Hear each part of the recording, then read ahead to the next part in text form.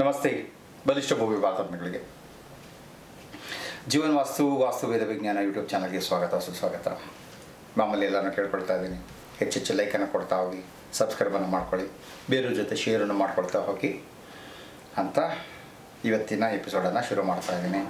ಇವತ್ತು 3 ವಿಚಾರಗಳು ಏನೇನಂತಂದರೆ, ಒಂದು ಕಾಮನ್ ಮಿಸ್ಟೇಕ್ಸ್ ಆ್ಯಂಡ್ ವಾಸ್ತುಲಿ ಕಾಮನ್ನಾಗಿ ಮಿಸ್ಟೇಕ್ಸ್ ಮಾಡಿಬಿಟ್ಟು ಯಾವ್ಯಾವ ರೀತಿಯಲ್ಲಿ ಪರಿಪಾಠಗಳನ್ನು ಪಡ್ತಾ ಇದ್ದಾರೆ ಅಂತನ್ನೋದ್ರ ಬಗ್ಗೆ ಒಂದು ಲೈವ್ ಕೇಸನ್ನು ನಾನು ನಿಮಗೆ ಕೊಡ್ತೀನಿ. ಅಂತಂದರೆ ರೀಸೆಂಟ್ಲಿ ಬಂದಿರೋಂಥ ಒಂದು ಕೇಸನ್ನು ಸ್ಟಡಿ ಮಾಡಿ ನಾನು ನಿಮಗೆ ಕೊಡ್ತಾ ಇದ್ದೀನಿ. ಒಂದು ಎರಡನೇದು ಕೇಳ್ತಾ ಇದ್ದಾರೆ, ಡೋರ್ಗಳು ಒಂದಾದಮೇಲೆ ಒಂದು 3 ಡೋರ್ಗಳು ಇರಬಹುದಾ ಅಂತ ಕೇಳ್ತಾರೆ. ಆ ಡೋರ್ ಯಾವ ಥರ ಇರಬೇಕು, ಯಾವ ಥರ ಇರಬಾರ್ದು ಅದನ್ನು ತಿಳಿಸ್ಕೊಡ್ತೀನಿ. ಮತ್ತೊಂದು ಮನಿ, ಹಣವನ್ನು ಹೆಚ್ಚೆಚ್ಚು ಗಳಿಸ್ಕೊಳ್ಳೋಕ್ಕೆ, ಉಳಿಸ್ಕೊಳ್ಳೋಕ್ಕೆ ಬೇಕಾಗಿರೋಂಥ ಒಂದು ಮನಿ ಟಿಪ್ಸನ್ನು ಕೂಡ ಕೊಡ್ತಾ ಹೋಗ್ತೀನಿ. ಓಕೆ, ಯಾವುದನ್ನು ಫಸ್ಟ್ ಕೊಟ್ಬಿಡೋಣ. ಫಸ್ಟ್ ಬಂದಂಥ ಪ್ರಾಬ್ಲಮನ್ನೇ ಕೊಟ್ಬಿಡೋಣ. ಏನು ಕಾಮನ್ ಮಿಸ್ಟೇಕ್ಸ್. ರೀಸೆಂಟ್ಲಿ ಒಬ್ಬರು ಕ್ಲೈಂಟ್ ಬಂದಿದ್ದರು. ಅವರು ಏನು ಹೇಳಿದ್ರು, ಹೇಳ್ತಾ ಹೋದ್ರು, ಗುರುಗಳೇ ನಿಮ್ಮ ಟಿಪ್ಸ್ಗಳನ್ನೆಲ್ಲ ಫಾಲೋ ಮಾಡ್ತಾ ಹೋದೆ, ಸಾಕಷ್ಟು ವಿಚಾರಗಳಲ್ಲಿ ನನಗೆ ಇಂಪ್ರೂವ್ಮೆಂಟ್ ಕಾಣಿಸ್ತಾರೆ. ತುಂಬ ನಾನೇನು ಅಂದ್ಕೊಂಡಿದ್ದೋ ಆ ಥರದ್ದೆಲ್ಲ ಇಂಪ್ರೂವ್ಮೆಂಟ್ಸ್ ಎಲ್ಲ ಆಯಿತು. ಆದರೆ ಒಂದು ವಿಚಾರದಲ್ಲಿ ಮಾತ್ರ ನನಗೆ ಏನು ಇಂಪ್ರೂವ್ಮೆಂಟ್ಸ್ ಕಾಣಿಸ್ತಾ ಇಲ್ಲ ಅಂತಂತಂದು. ಏನು ಇಂಪ್ರೂವ್ಮೆಂಟ್ಸ್ ಕಾಣಿಸ್ತಿಲ್ಲ ಅಂತ ಹೇಳಿದ್ರೆ ಏನು ಅಂತ ಕೇಳಿದ್ರು. ಏನು ಸಮಸ್ಯೆ ಏನು ಹೇಳಿ ಅಂತಂತಂದು. ಅವ್ರು ಇದ್ಕೊಂಡು ಹೇಳಿದ್ರು, ಒಂದು ಮನೆ, ಆ ಮನೆಗೆ ಬಂದು ಸುಮಾರು 6 ವರ್ಷ ಆಗ್ತಾ ಇರಬಹುದು ಅನಿಸುತ್ತೆ. ಬಂದಾಗಲೇ ಏನಾಯಿತು ಅಂದರೆ, ನಮ್ಮ ತಂದೆಗೆ ಆರೋಗ್ಯದಲ್ಲಿ ಏರುಪೇರಾಯಿತು. ಅವರು ಕಿಡ್ನಿ ಸಮಸ್ಯೆ ಆಯಿತು. ಎಷ್ಟು ದಿನದಲ್ಲಾಯಿತು? 1 ವರ್ಷಗಳ ನಂತರ ಆಯಿತು. ಅದಾದ ನಂತರ ನಮ್ಮ ತಾಯಿಯವರಿಗೆ ಫುಲ್ಲು ಆರ್ಥರೈಟಿಸು, ಜಾಯಿಂಟ್ ಪೇನು ಅದೆಲ್ಲ ಬಂತು ಅಂತವ್ರು. ಎಷ್ಟು ಏಜು? 64 ಹೇಳಿದ್ರು. ಸಾಧಾರಣವಾಗಿ ಬಂದೇ ಬರುತ್ತೆ. ಅದನ್ನು ನಾನು ದೊಡ್ಡದಾಗಿ ತೊಗೊಳ್ಳಿಲ್ಲ. ಆಮೇಲೆ ಅಂತಂತಂದೆ, ಇಲ್ಲ ನಮ್ಮ ಶ್ರೀಮತಿಯವ್ರಿಗೂ ಹುಷಾರಿಲ್ದಂಗೆ ಆಯಿತು. ಅವ್ರಿಗೂ ಇದೇನೋ ಥೈರಾಯ್ಡು, ಅದು ಇದು ಸಮಸ್ಯೆಗಳ ಮೇಲೆ ಸಮಸ್ಯೆಗಳು ಬರೋಕ್ಕೆ ಶುರು ಆಗೋಯ್ತು. ಆಮೇಲೆ ಅಂತ ನನಗೂ ಸಮಸ್ಯೆಗಳು ಬರೋಕ್ಕೆ ಶುರು ಆಗೋಯ್ತು. ಏನೇನು ಸಮಸ್ಯೆಗಳು ಬರುತ್ತೆ? ಡಯಾಬಿಟಿಕ್ ಬಂದುಬಿಡ್ತು, ಅದು ಬಂತು, ಇದು ಬಂತು ಎಲ್ಲ ಹೇಳ್ಕೊಂಡು ಪಾಪ ಇನ್ನೊಂದಷ್ಟು ಗುಹ್ಯವಾದ ಇದನ್ನೆಲ್ಲ ಕೂಡ ತಿಳಿಸ್ತಾ ಹೋದರು ಅವರು. ನಾನೇನು ಮಾಡೋದು, ನಿಮ್ಮನೆ ಪ್ಲ್ಯಾನು ಡ್ರಾಯಿಂಗ್ ಎಲ್ಲ ತಂದಿದ್ದೀರಾ ಅಂತಂದ್ರೆ, ತಂದಿದ್ದೀವಿ ಗುರುಗಳೇ ಅಂತಂದ್ರೆ ತಂದರು. ನಾನು ಕೇಳಿದಂಥ ಮೊದಲನೇ ಪ್ರಶ್ನೆ ಏನು ಅಂತ ಅನ್ನೋದಾದರೆ,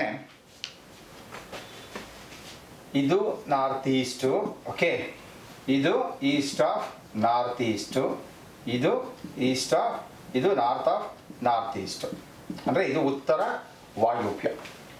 ಅವ್ರ ಮನೆಯನ್ನು ಗ್ರಿಡ್ ಮಾಡಿ ನೋಡಿದಾಗ ಏನಾಯಿತು ಅಂತಂದರೆ, ಉತ್ತರ ವಾಯುವ್ಯದಲ್ಲಿ ಒಂದು ಗೋಡೆ ಬರ್ತಾ ಇದೆ.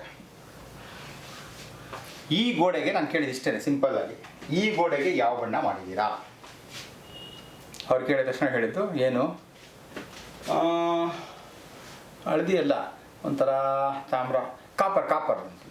ಎಸ್, ಇದಕ್ಕೆ ವಾಲ್ಗೆ ಕಂಪ್ಲೀಟ್ಲಿ ಕಾಪರ್ ಬಣ್ಣ ಮಾಡಿಬಿಟ್ಟಿದ್ದಾರೆ. ನನಗೆ ಅವರ ಸಕಲ ಸಮಸ್ಯೆಗಳಿಗೆ, ಆರೋಗ್ಯದ ಸಮಸ್ಯೆಗಳಿಗೆ ಮೂಲ ಕಾರಣ ಇಲ್ಲೇ ಹುಡುಕ್ಬಿಟ್ಟೆ. ನಾನು ಹೇಳಿದೆ, ಸರ್ ಎಷ್ಟು ಅಂತಂದು. ಇಲ್ಲ, ಮನೆಗೆ ಬಂದಾಗಿಂದ ನಾವು ಮಾಡಿದ್ದೀವಿ ಅದನ್ನು, ಯಾಕೆಂದರೆ ಅದು ಚೆನ್ನಾಗಿರಲಿ ಅಂತಂದ್ಬಿಟ್ಟು, ಆ ವಾಲ್ ಚೆನ್ನಾಗಿ ಕಾಣಿಸುತ್ತೆ ಹಾಲ್ಗೆ ಅಂತಂತ ಹೇಳ್ಬಿಟ್ಟು ಏನು ಮಾಡಿದ್ವಿ, ಹಾಲಲ್ಲೇ ಇರುವಂಥದ್ದು, ಹಾಗಾಗಿ ಅದನ್ನು ಮಾಡ್ಕೊಂಡಿದ್ದೀವಿ, ಕಾಪರ್ ಕಲರ್ ಮಾಡಿದ್ವಿ ಅಂತ.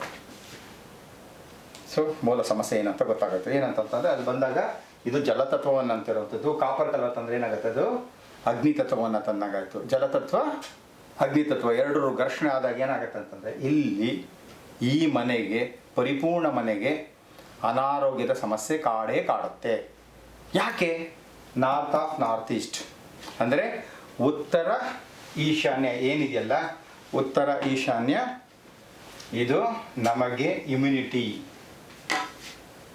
ಅಂದರೆ ರೋಗ ನಿರೋಧಕ ಶಕ್ತಿಯನ್ನು ಕೊಡುವಂತಹ ಸ್ಥಳ ಆಯಿತು. ಇದನ್ನೇ ನೀವು ವೀಕ್ ಮಾಡಿಬಿಟ್ರೆ ಏನು ಮಾಡೋಕ್ಕಾಗುತ್ತೆ? ಅದು ವೀಕ್ ಆಯಿತು. ವೀಕ್ ಆಗಿದ ತಕ್ಷಣ ಏನಾಗುತ್ತೆ, ನಿಮಗೆ ಬರುವಂತಹ ಕಾಯಿಲೆ ಕಸಾಲೆಗಳನ್ನು ತಡ್ಕೊಳ್ಳೋಕ್ಕೆ ಆಗದೇ ಇರೋ ರೀತಿಯಲ್ಲಿ ನಿಮ್ಮ ದೇಹ ಉಲ್ಬಣ ಆಗಿಬಿಡುತ್ತೆ, ವೀಕ್ ಆಗಿಬಿಡುತ್ತೆ. ವೀಕ್ ಆದಾಗ ಏನಾಗುತ್ತೆ, ಕಾಯಿಲೆಗಳು ಅಂಟ್ಕೊಳ್ಳೋಕ್ಕೆ ಶುರು ಆಗುತ್ತೆ. ನಾನು ಹೇಳಿದೆ, ಫಸ್ಟ್ ಹೋಗಿ ಇದರ ಮನೆಯ ಈ ಮನೇಲಿರುವಂಥ ಈ ಕಲರನ್ನು ಚೇಂಜ್ ಮಾಡಿ ಒಂದು ಕ್ರೀಮ್ ಕಲರ್ ಮಾಡ್ಕೊಳ್ಳಿ, ಇಲ್ಲ ಅಂತ ಹೇಳಿದ್ರೆ ಬ್ಲೂ ಕಲರ್ ಮಾಡ್ಕೊಂಡು 1.5-2 ತಿಂಗಳುಗಳ ನಂತರ ನನಗೆ ತಿಳಿಸಿ ಅಂತ ಹೇಳಿದ್ದೀನಿ. ನಾನು ಯಾಕಿದು ನಿಮ್ಗೆ ತಿಳಿಸ್ತಾ ಅಂದರೆ, ನೀವು ಏನಾದ್ರು ನಿಮ್ಮ ಮನೆಯಲ್ಲೂ ಕೂಡ ಅನಾರೋಗ್ಯದ ಸಮಸ್ಯೆಗಳು ಕಾಡ್ತಾ ಇದ್ದಾಗ, ಪ್ರತಿಯೊಬ್ಬರಿಗೂ ಕಾಡ್ತಾ ಇದೆ ಅಂತಂದಾಗ, ಮನೆಯ ನಾರ್ತ್ ಆಫ್ ನಾರ್ತ್ ಈಸ್ಟಲ್ಲಿ ಯಾವ ಬಣ್ಣ ಮಾಡಿದ್ದೀರ ಅನ್ನೋದನ್ನು ತಿಳ್ಕೊಳ್ಳಿ.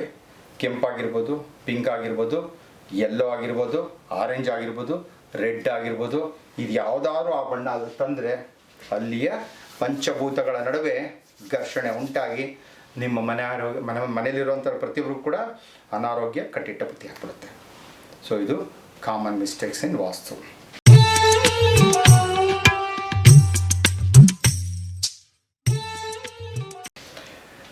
ಪ್ರಶ್ನೆ ಕೇಳಿದಾರಲ್ಲ ಒಬ್ರು, ಡೋರ್ ಇದೆ, ಆ ಡೋರು 3 ಡೋರು ಒಂದೇ ಇದರಲ್ಲಿದೆ, ಓಕೆನಾ ಅಂತ ಕೇಳ್ತಾರೆ. ಈಗ ನೋಡಿ, ಈಗ ಅನ್ಕೊಳ್ಳೋಣ ಇದು ನಾರ್ತ್ ಈಸ್ಟಲ್ಲಿ ಎಂಟ್ರೆನ್ಸ್ ಇದೆ ಅವ್ರಿಗೆ ಅಂತ ಅನ್ಕೊಳ್ಳೋಣ.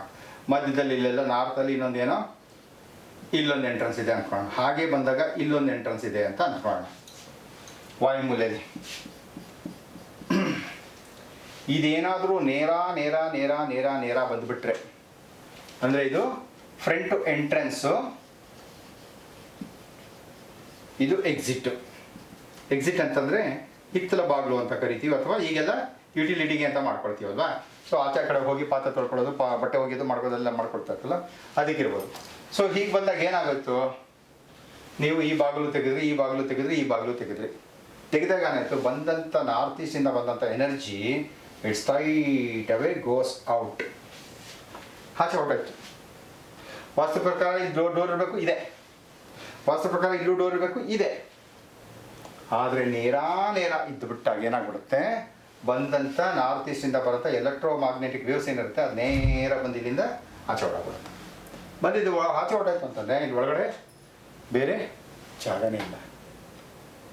ಅಂದರೆ ಇಲ್ಲಿ ಬಂದಿದ್ದು ಮನೆ ಪೂರ್ತಿ ಎನರ್ಜಿನ ಕೊಡಲೇ ಇಲ್ಲ. ಹೆಂಗೆ ಅಂತಂದರೆ, ತಿಂದೆ ಸರ್, ತಿಂದಿದ್ದು 5 ನಿಮಿಷಕ್ಕೆ ಹೋಗ್ಬಿಟ್ಟೆ ಸರ್, ತಿಂದಿದ್ದು ಸ್ವಲ್ಪ ಹೊತ್ತು ಹೋಗಬೇಕು, ಹೊಟ್ಟೆಲಿ ಹೋಗ್ಬೇಕು, ಜೀರ್ಣ ಆಗಬೇಕು, ಜೀರ್ಣ ಆಗಿದ್ದು ಎನರ್ಜಿ ಬಾಡಿಲಿ ಎಲ್ಲ ಕಡೆಗೆ ಹೋಗಬೇಕು, ವೇಸ್ಟು ನೆಕ್ಸ್ಟ್ ಡೇಗೋ ಸಂಜೆಗೋ ಹೋಗಬೇಕು. ತಿಂದು 5 ನಿಮಿಷಕ್ಕೆ ಹೋಯ್ತು ಅಂತಂತಂದರೆ ಆ ದೇಹ ಕೃಶವಾಗುತ್ತೆ, ಕಾಯಿಲೆಯ ಗೂಡಾಗುತ್ತೆ, ಅನಾರೋಗ್ಯ ಪೀಡಿತ ಆಗುತ್ತೆ. ಆ ದೇಹ ಸದಾ ಕಾಯಿಲೆ ಕಸಾಲೆಯಿಂದ ತುಂಬ್ಕೊಂಡ್ಬಿಟ್ಟಿರ್ತದೆ. ಯಾಕೆ? ಬಾಡಿಗೆ ಬೇಕಾಗಿರೋಂಥ ನರಿಷ್ಮೆಂಟ್ಸ್ ಅದು ಸಿಗ್ತಾ ಇದ್ದಾಗ ಏನಾಗ್ಬಿಡುತ್ತೆ, ಬಾಡಿ ಬೇಕಾಗುತ್ತೆ. ಅದೇ ಥರ ಈ ಮನೆಗೆ ವಾಸ್ತು ವೀಕ್ ಆಗುತ್ತೆ. ವಾಸ್ತು ವೀಕ್ ಆಯಿತು ಅಂತಂದರೆ ಎನರ್ಜಿ ವೀಕ್ ಆಯಿತು ಅಂತ ಅರ್ಥ. ಹಾಗಾಗಿ ಹಿಂಗೇನಾದ್ರು ಇತ್ತು ಅಂತಂತಂದರೆ ಇದು ವಾಸ್ತು ಪ್ರಕಾರ ತಪ್ಪು. ಸಪೋಸ್ 3 ಡೋರು ಅಂತ ಹೇಳ್ತಾ ಇದ್ರಲ್ಲ, ಇಲ್ಲೊಂದಿದ್ದು ಇಲ್ಲಿದ್ದರೆ ಓಕೆ, ಇದು ಓಕೆ ಆಗುತ್ತೆ. ಬಂದಿದ್ದು ಎನರ್ಜಿ ಏನಾಗುತ್ತೆ, ಹಿಂಗೆ ಬರುತ್ತಲ್ಲ, ನಾರ್ತ್ ಈಸ್ಟಿಂದ ಬಂದಿದ್ದು ಹಿಂಗೆ ಹೋಗುತ್ತೆ, ಅಥವಾ ಹಿಂಗೆ ಬಂದಿದ್ದು ಎನರ್ಜಿ ಸರ್ಕ್ಯುಲೇಷನ್ ಆಗುತ್ತೆ. ಆಯಿತಾ? ಸೊ ಯಾರು ಈ ಪ್ರಶ್ನೆ ಕೇಳಿದಾರೋ ಅವರಿಗೆ ಈ ಉತ್ತರ. ಮತ್ತೊಂದು ಮನಿ ಟಿಪ್ಸ್. ಎಲ್ಲಿಗೂ ಬೇಕಲ್ಲ, ಕಾಂಚನ ಇಲ್ಲದೆ ಇದ್ದರೆ ಜೀವನ ನಡೆಸಬೇಕಾಗಿರೋ ಮೇನ್ ಎನರ್ಜಿನೂ ದುಡ್ಡು. ಆ ದುಡ್ಡು ಬೇಕೇ ಬೇಕು. ಸೊ ಆ ದುಡ್ಡು ಬಂತು ಅಂತಂತಂದರೆ ಜೀವನದಲ್ಲಿ ಸುಗಮವಾಗಿ ಜೀವನವನ್ನು ನಡೆಸೋದಕ್ಕೆ ಸಾಧ್ಯ ಆಗುತ್ತೆ. ಇದಕ್ಕೆ ದುಡ್ಡಿಗೆ ಆ ತಾಯಿ ಲಕ್ಷ್ಮಿಗೆ ಯಾವುದು ಬಹಳ ಇಷ್ಟಕರವಾದಂಥ ಒಂದು ಬಣ್ಣ ಅಂತಂತಂದಾಗ ವಿಶೇಷವಾಗಿ ಗೋಲ್ಡ್ ಕಲರ್. ಯಾಕೆಂದರೆ ನಾವು ಈ ದೇವರ ಪಟಗಳಲ್ಲೆಲ್ಲ ನಾವು ನೋಡ್ತಾ ಇರ್ತೀವಿ, ಏನಂತಂದರೆ ಗೋಲ್ಡನ್ ಕಲರು ಹಾರ ಇರುತ್ತೆ. ವಿಶೇಷವಾಗಿ ತಲೆ ಹಿಂಭಾಗದಲ್ಲಿ ಗೋಲ್ಡನ್ ಕಲರ್ ಹಾರ ಇರುತ್ತೆ. ಯಾಕೆ ಅಂತಾರೆ, that is more of positive energy ಅಂತ. ಹಾಗಿದ್ದಾಗ ಏನು ಮಾಡ್ಬೋದು, ನೀವು ಹಣವನ್ನು ಇಡುವಂಥ ಸ್ಥಳ ಆಗಿರ್ಬೋದು, ಆ ಸ್ಥಳದಲ್ಲಿ ಏನು ಮಾಡ್ಬೋದು ಅಂತಂದರೆ ವಿಶೇಷವಾಗಿ ನೀವು ಕ್ರೀಮ್ ಕಲರ್ ಬಣ್ಣವನ್ನು ಬಳಸ್ಬೋದು, ಅಥವಾ ಕ್ರೀಮ್ ಕಲರ್ ಬಟ್ಟೆಯನ್ನು ಬಳಸ್ಬೋದು. ಹಾಗೆ ಇದನ್ನು ಗೋಲ್ಡನ್ ಕಲರ್ ಬಟ್ಟೆಯನ್ನು ಕೂಡ ಬಳಸ್ಬೋದು, ಅಥವಾ ಗೋಲ್ಡನ್ ಕಲರ್ ಪೇಂಟನ್ನು ಕೂಡ ಮಾಡೋದ್ರಿಂದ ಏನಾಗುತ್ತೆ ಅಂತಂದರೆ ಆ ಭಾಗದಲ್ಲಿ ಪಾಸಿಟಿವ್ ಎನರ್ಜಿ ಜಾಸ್ತಿ ಆಗಿ ಹಣದ ಅಭಿವೃದ್ಧಿ ಜಾಸ್ತಿ ಆಗ್ತಾ ಹೋಗುತ್ತೆ ಅಂತ ಹೇಳ್ತಾ ಹೋಗ್ತೀನಿ. ಓಕೆ, ಇಷ್ಟನ್ನು ಮಾಡ್ಕೋಬೋದು. ಏನಾದರೂ ಪ್ರಶ್ನೆಗಳಿದ್ರೆ ಕೇಳ್ಕೊಳ್ಳಿ. ಯಾವಾಗ ಹೆಂಗೆ ಕಾಮೆಂಟ್ಸ್ ಮೂಲಕ ತಿಳ್ಕೊಬೋದು. ಎಂಥ ಪ್ರಶ್ನೆ ಬೇಕಾದರೂ ವಾಸ್ತುಗೆ ಸಂಬಂಧಪಟ್ಟಂಗೆ ಕೇಳ್ತಾ ಹೋಗ್ಬೋದು. ಖಂಡಿತವಾಗ್ಲೂ ಕೂಡ ವಾಸ್ತುಗೆ ಸಂಬಂಧಪಟ್ಟಂಥದ್ದು, ವಾಸ್ತುವಿಂದ ಆಗಿರ್ಬೋದು, ಅಸ್ಟ್ರಾಲಜಿಯಿಂದ ಆಗಿರ್ಬೋದು, ನ್ಯೂಮರಾಲಜಿಯಿಂದ ಆಗಿರ್ಬೋದು, ಅಥವಾ ಫೆಂಗ್ಶೂಯಿಂದ ಆಗಿರ್ಬೋದು, ಈ 4ರಲ್ಲೂ ವಿಚಾರದಲ್ಲೂ ಕೂಡ ನಾನು ನಿಮಗೆ ಸರಿಯಾದ ಜ್ಞಾನವನ್ನು ಕೊಡೋದಕ್ಕೆ ಭಗವಂತ ನನಗೆ ಶಕ್ತಿ ಚೈತನ್ಯ ಜ್ಞಾನವನ್ನು ಕೊಟ್ಟಿದ್ದಾನೆ. ನಾನು ನಿಮ್ಮ ಜೊತೆ ಹಂಚ್ಕೊಳ್ತಾ ಹೋಗ್ತಾ ಇರ್ತೀನಿ. ಭಗವಂತ ಎಲ್ಲರಿಗೂ ಕೂಡ ಆಯುಷ್ಯ, ಆರೋಗ್ಯ, ಉಲ್ಲಾಸ, ಉತ್ಸಾಹವನ್ನು ಯಥೇಚ್ಛವಾಗಿ ಕೊಡಲಿ. 2026ಕ್ಕೆ ಬಂದುಬಿಟ್ಟಿದ್ದೀವಿ. ಇರಲಿ, ಅವರ ಪ್ರಕಾರ 2026 ಇಡೀ ಪ್ರಪಂಚ ಇದನ್ನು ಪಾಲನೆ ಮಾಡುತ್ತೆ, ನಾವು ಪಾಲನೆ ಮಾಡೋಣ. ಆದರೆ ಆಚರಣೆಗಳನ್ನು ಬಿಡೋಣ. ಪಾಲನೆ ಏನು ಅಂತಾರೆ, ಈ 2026ರಲ್ಲಾದರೂ ನನ್ನ ಜೀವನ ಉತ್ತಮ ಆಗಲಿ ಅನ್ನೋವಂಥ ಒಂದು ಭಾವನೆಯಿಂದ, ಸದ್ಭಾವನೆಯಿಂದ ಸತ್ಕಾರ್ಯಗಳನ್ನು ಮಾಡ್ತಾ ಹೋದಾಗ ಖಂಡಿತವಲ್ಲೂ ಕೂಡ ಜೀವನದಲ್ಲಿ ಯಶಸ್ಸು ಕಟ್ಟಿಟ್ಟ ಬುತ್ತಿ. ಓಕೆ, ನಮಸ್ತೆ, ಜೈ ಹಿಂದ್.